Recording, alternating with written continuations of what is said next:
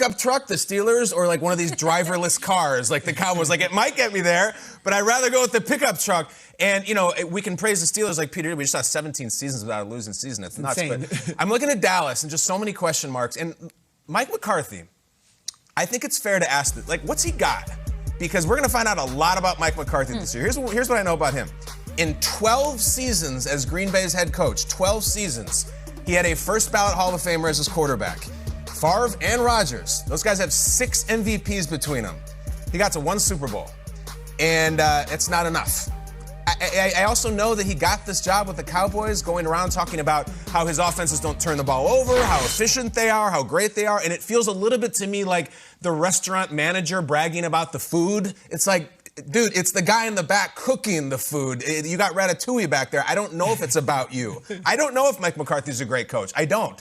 I know he's got his work cut out for him this year. I know Mike Tomlin literally doesn't have losing seasons. He's never had one. And if you were to ask me, what would shock you more? The Cowboys going 8 or 9 this year, or 8 and 9 this year, or the Steelers? And it's the Steelers in a runaway. I have more confidence in the pickup truck and the chef. I'm right there with you. I got the Steelers as well. This is a clean sweep. I mean, the Cowboys, we know that they have talent. We know that Dak Prescott is back and he can throw for 5,000 yards.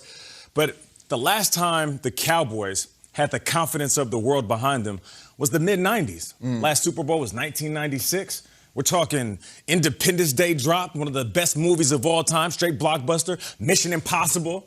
Tupac dropped All Eyes on Me, which is fitting because it seems like it's a mission impossible for the Cowboys to put together a roster because we've seen it time and time again, and all eyes will be on Dak Prescott in that offense. On the flip side, what have we seen since that time for the Steelers? A couple of Super Bowls. We've seen these guys put together some good squads, some playmakers. Like, in the time that the Cowboys have been good, which it seems like forever ago, we've seen the Steelers find a level of consistency.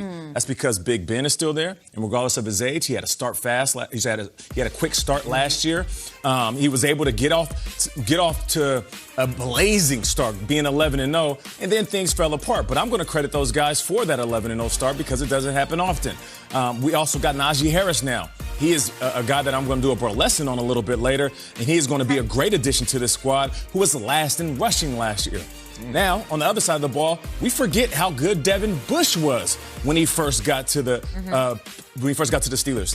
In 2019, this dude led all rookies in tackles and takeaways. So he's coming back from an ACL, and he's joining a defense that is already dominant, like Peter is saying. Devin Bush is supposed to be their Devin White. Exactly. He's that guy, what we saw Devin White. He's supposed to be him. So now, with all of this said, I get it. The Cowboys are tantalizing. And we as a show want to get behind them and say, what's good on paper means it's going to be good on the field. But that hasn't been the case. So I'm going with the Steelers. What about the 1-5 end? I'm shocked. I'm like really legit surprised that not one Cowboys? of you. I'm just very surprised that one of the 3 of you didn't go with the Cowboys. Schrager, you were great about the defense yesterday, talking about the lack of veterans there. Of course, all the turnover, the fact that Dan Quinn is new. The defense is like the issue with the Cowboys for me. But even just looking at that division, they were 1 game back. They won 1 less game than the Washington football team. Like, you look at what the Steelers have to contend with.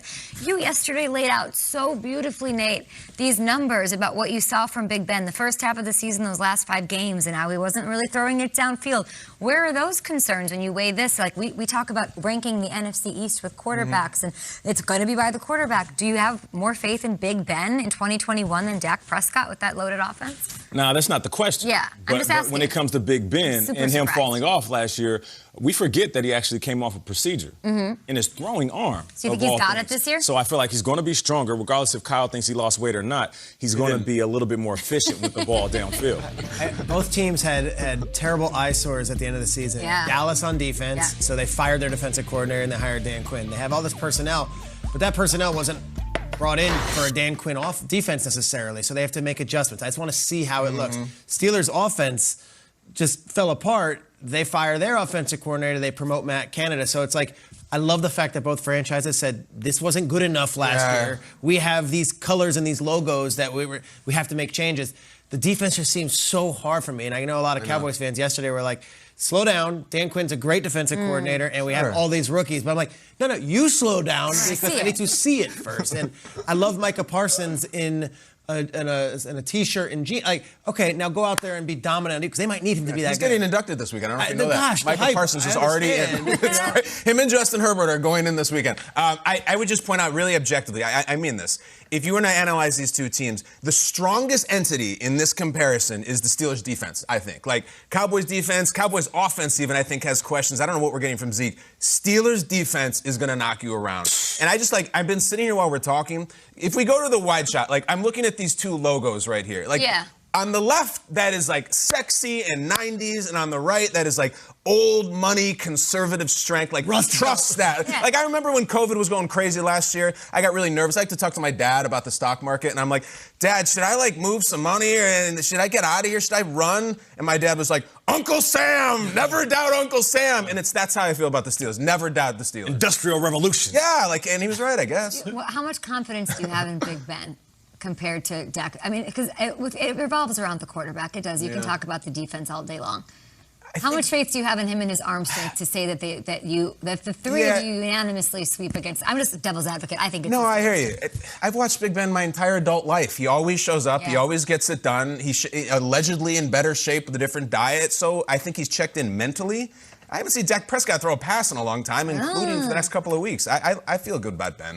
I do. Yeah, and when it comes to like the games where they didn't play well, and I know this seems like a little bit of an out for the Steelers, but it's almost like they beat themselves. Like, you know what I mean? It was receivers dropping balls, Big Ben throwing interceptions, uncharacteristic mistakes. The Juju nonsense, dude. That was bad. It wasn't as if we were seeing the beginning of the end. It was more like if they fix these things, then they're going to have the total package. And to Kyle's point, when you got a defense, all you got to do on offense is take care of the rock. And they got playmakers, so they might not just be game managing. They might be out there putting up 45 points a game. Yeah, Cowboys were a game back without Dak Prescott on the field for most of the season.